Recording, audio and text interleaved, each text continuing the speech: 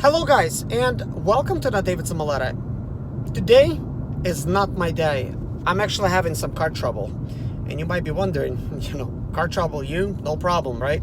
Well, not if you're not exactly 100% prepared. So what's going on here? Well, I got battery problems again. My battery light has came on. Not only that, it actually put my transmission into limp mode. So for this, I have like a little solution. I have a check engine light code reader, and I actually was able to connect it and remove the check engine light on. And man, I'm actually having problems right now as we speak. So let me show you.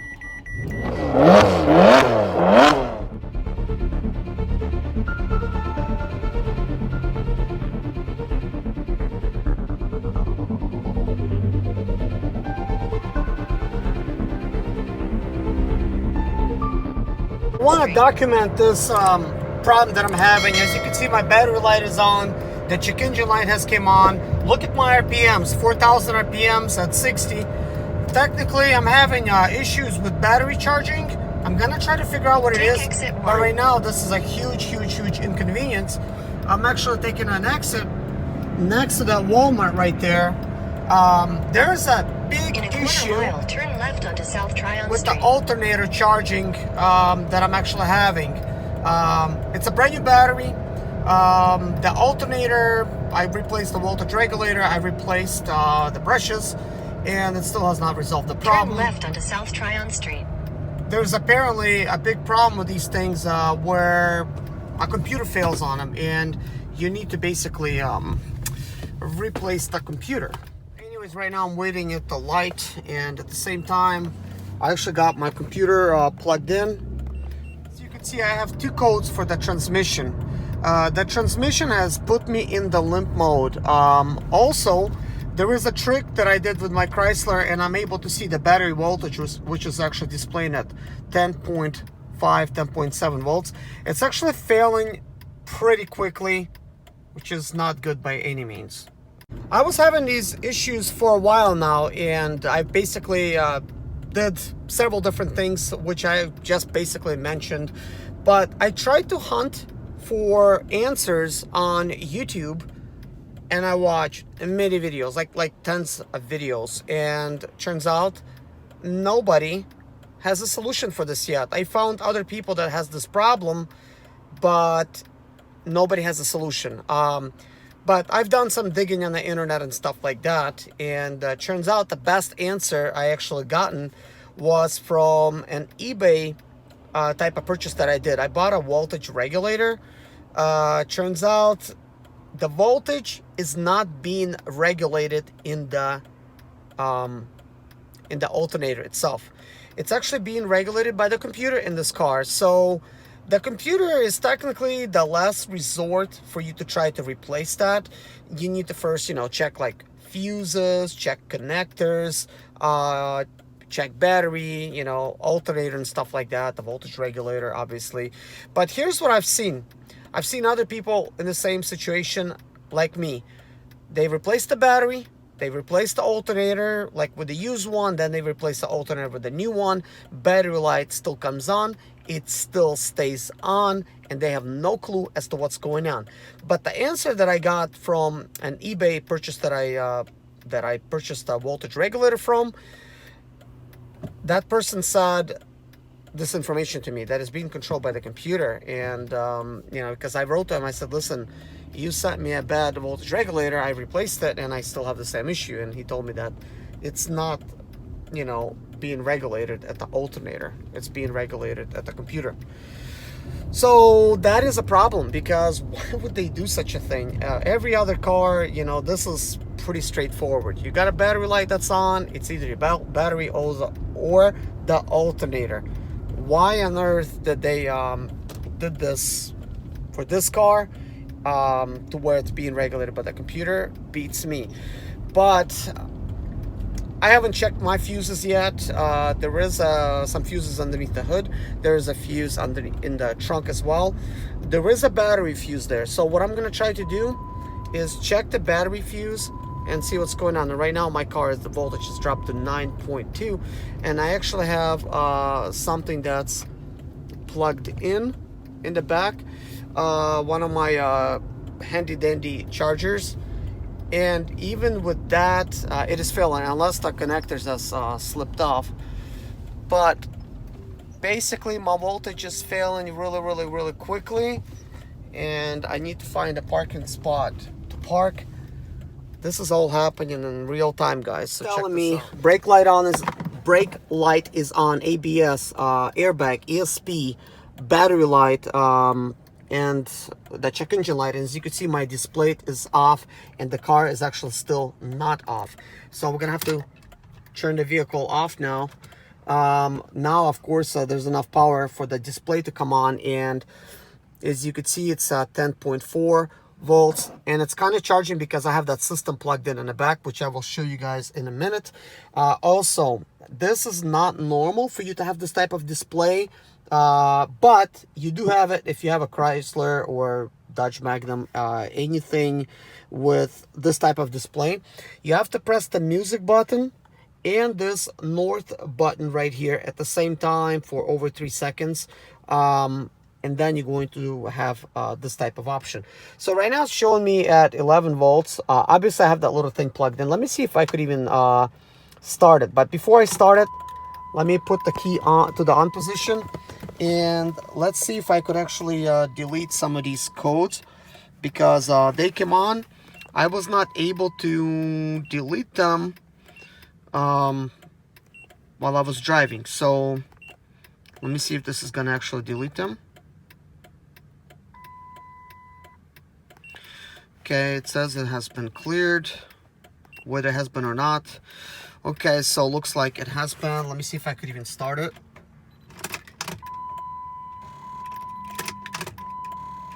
Wow, no, I cannot even start it, not with this type of low voltage. As you can see, the battery is being charged, but I actually need to get to somewhere, so I may have to buy a battery or two, because I really need to. Right now, I would be stuck on the side of the highway with this problem. As you can see, you know, things are kind of being charged right now. But wow, this actually removed. So that's another issue that I'm having, because this cannot get tight enough because it keeps twisting over.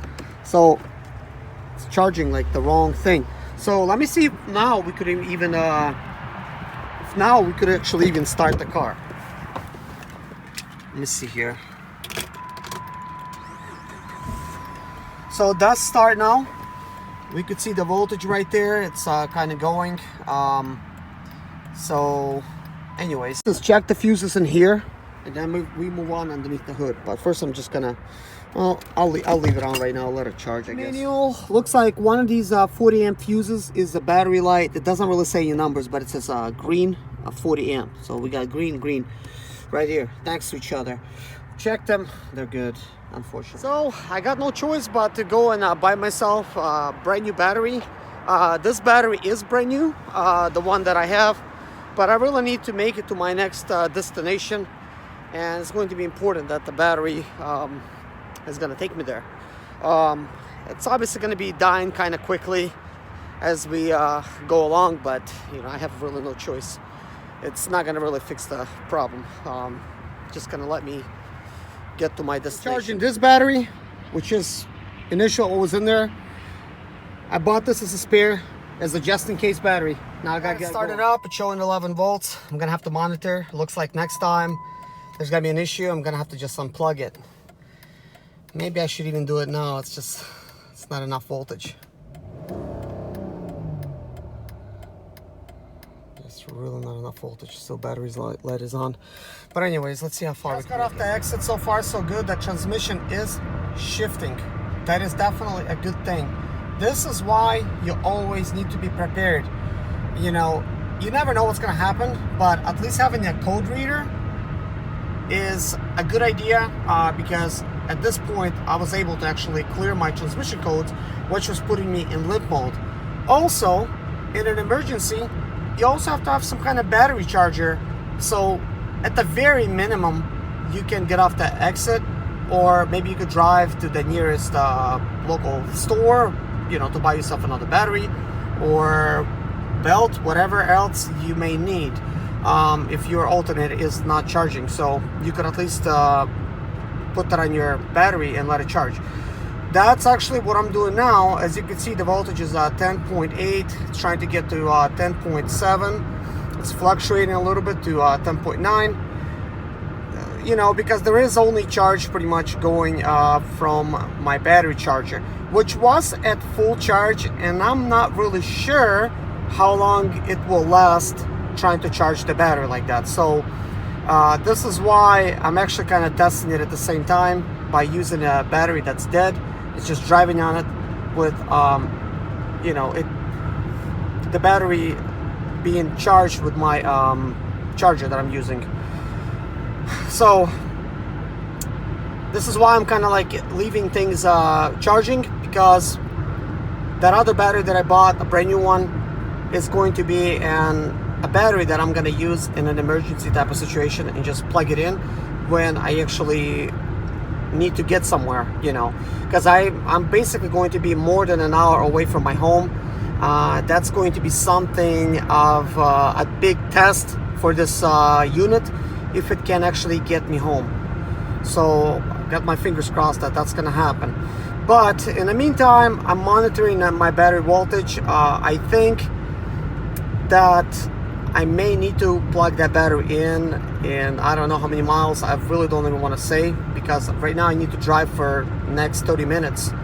So I'll let you know when that's gonna be or not, how many miles I made it, because I had 19 miles to go to my destination at the time of leaving the parking lot with this other battery. So that's going to be a pretty good indicator how many miles I have actually driven on the bad battery, which was showing There's an 8-minute slowdown on I-85. the bad thing about it, I could see that I have 15 miles left over and about 25 minutes of driving. That's because we're gonna run into some traffic up ahead, which is not cool, because the vehicle's still gonna be idling, and that's going to be draining the battery. At least when it's slightly charging or whatever and I'm driving on a highway, then I could cover more distance. So this could cut down my distance dramatically. Right now I'm actually driving at 485. The traffic is not bad. There is really no traffic. I'm able to go full speed. And I guess we're gonna have to do the best we can, because actually you need to hop on I-85 and make it to Gastonia. 9 miles to go. It's showing me at 19 minutes with this traffic, but as you could see, this is I-85 traffic. This is exactly 5 o'clock, so this is 5-hour traffic. Not the best time to be on the road. And my battery voltage has dropped to 10.6 volts. Yeah, at this pace, that's not looking good. My battery voltage is at 10.1 volts. As you can see, it's being charged right now, but I could see when this start coming on, it means there's something wrong with my ear. So some of the systems are turning off as I'm getting really low voltage, and this is why this is starting to happen. This wasn't happening before. I had a clear window, so this might be something that is causing the air not to go. Yeah, that's not really good. Wow, I'm actually panicking a little bit, as you could tell. But anyways, I made this little thing on a speedometer where I could actually see my battery voltage, and I don't think you really could see that clearly, but it's showing right now 10.0 volts. And I was actually hitting traffic. Now there's this chimes going on. This is pretty much my car, and I'm having to deal with traffic. Now, I did pull, okay, now the ABS light is on and everything else. I'm actually going to take an exit now because I have to replace the battery. So I was actually getting ready to tell you this next. Sorry, so about 3,000. This is not supposed to happen. So my transmission right now is in limp mode, and I'm pulling off at an exit. ABS light is on and things like that. So now I'm gonna limp to a gas station and connect my other battery and go from there. But I need to drive right now 9 miles, and having traffic is really not helping me. Plus it's showing me Head west on exit 27 toward North Carolina. A little bit before I actually started the video to pick up myself a battery. So while I have this battery being charged, and it's showing the voltage right here. So now I gotta replace the battery. Here's a moment of truth. Okay, we're good to go. Let's see how many voltage will it even tell me. If you need to find out the voltage, here's what you got to do. Push the music button and the north button at the same time. I'm going to show what it is. So, okay, this is the button you got to press. This one and this one. Now you're going to get that. So you can actually monitor the voltage. So anyways, guys, just got off the exit. The traffic is getting a little bit better. It's showing a 12 voltage charge on this battery. There's currently nothing charging it, and currently battery light is not on, as you could see, which could fool many people into thinking that there's no problem. And unfortunately now, as I said, there's no traffic. There's traffic, and that little chime only meant one thing. Battery light just came back because we're dropping below 12 volts. This is why it's happening. So this battery that I picked up, it's an Everstar type of battery. It says AGM technology, so hopefully that keeps a little bit better charge. But sometimes when you actually buy these batteries, they're not like 100% charged. So I could definitely tell with this one, that's exactly what's going on. I need to drive like 7 miles right now, so hopefully I could actually drive 7 miles down there and just go from there, because I need to pick something up and then try to make it home. Time, I have made preparations. I've asked my wife to basically start up another car, put some extra batteries that I have in the trunk. I asked my kids to do that part, and they're gonna actually meet me halfway. Let's say if I get stuck with this dead battery or whatever, and they're gonna come basically rescue me with those batteries. So the plan is to make it home on all those other batteries if I have to. Guys, I've made it to my destination with 11.9 volts to spare. The question is, will I be able to drive all the way home? I need to drive 62 miles, 1 hour and 5 minutes all the way home. So it is going to be interesting to find out if I'll make it there. But currently, here's what I did differently. Now, right now, the battery is actually being charged by my red box type of charger that I have, which I've showed many times in my video. Let me show you the voltage. It's a level charge. As you can see, the battery light is not on right now. It will come on. Don't let that fool you. So gotta hop on the highway right now and just keep going on the highway. At the same time, my wife is driving in my direction. So I guess we will see if I make it home halfway or all the way home. Either way, I'll be able to get home because she's bringing me some extra batteries. So as long as I could plug some up, that would be a good idea. Just came on. So guys, some of you know, some of you maybe don't know, I actually own 22 cars right now. And reason I own so many cars as well, first of all, I sell parts, car parts, because check it out. Right now I got 2 bad tires in the back. I need 2 tires. How much is that going to cost for a Chrysler 300? I got a computer problem. How much is that going to cost? I just spent $200 on an alternator. Excuse me, on a battery, because I didn't have one with me, so I could just, drive. Also, when this battery light came on, I needed a brand new alternator, but what I've done instead is just bought brushes for like 20 bucks and then bought a voltage regulator for like 11 bucks.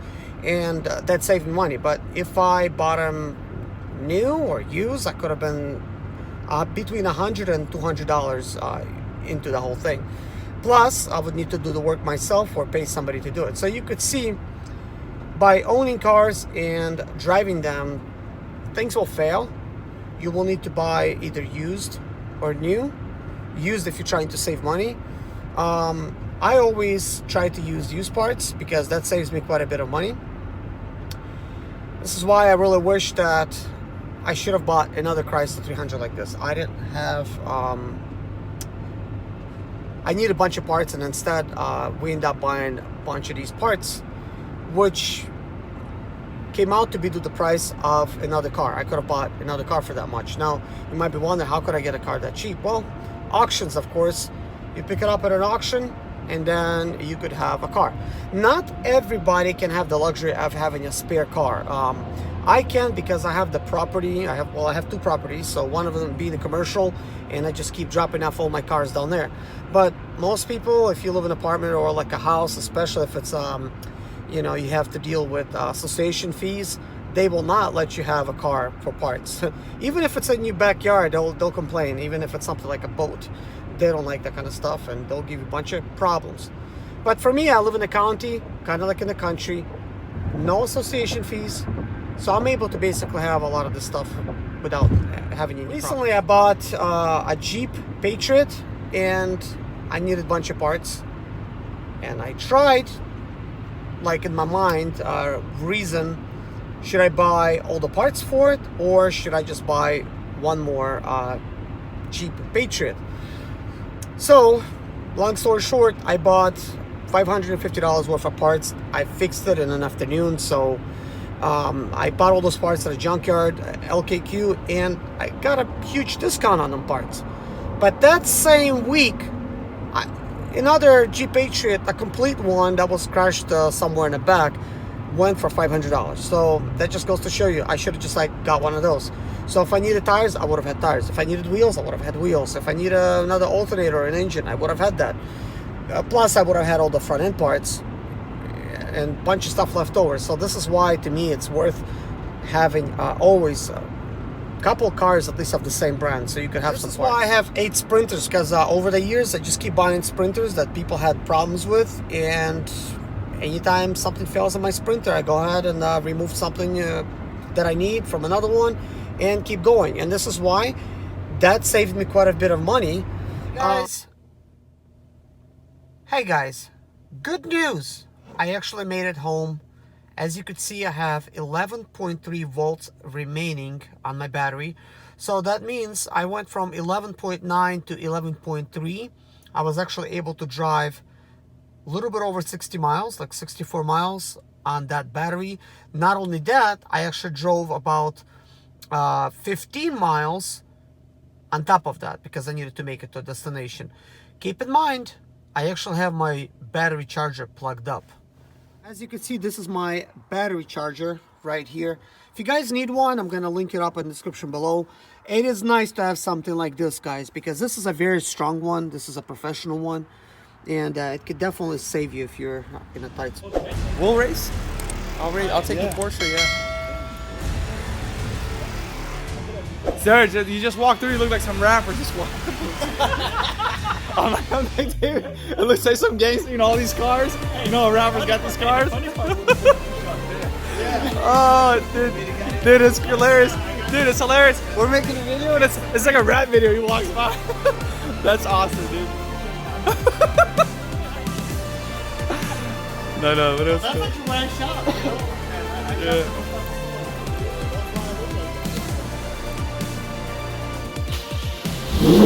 Yeah.